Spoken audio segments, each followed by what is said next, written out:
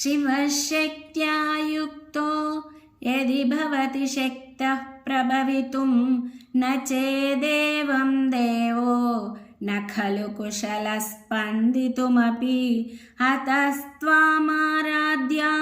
हरिहरविरिञ्चादिभिरपि प्रणन्तुं स्तोतुं वा कथं कृतपुण्यः प्रभवति।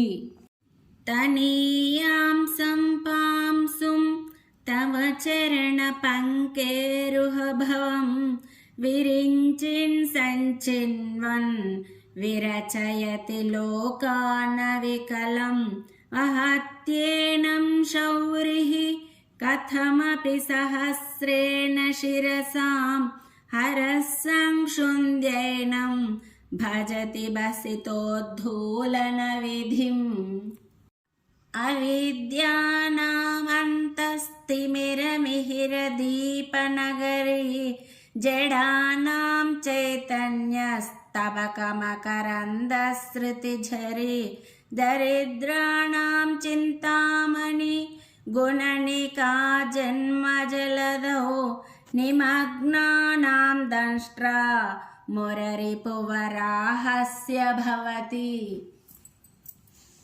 तदन्यः पाणिभ्याम् अभयवरदो दैवतगणः त्वमेका नैवासिः प्रकटितवराभीत्यभिनया भयात्रातुं दातुं फलमपि च वाञ्छासमधिकं शरण्ये लोकानां तव हि चरणावेव निपुणौ।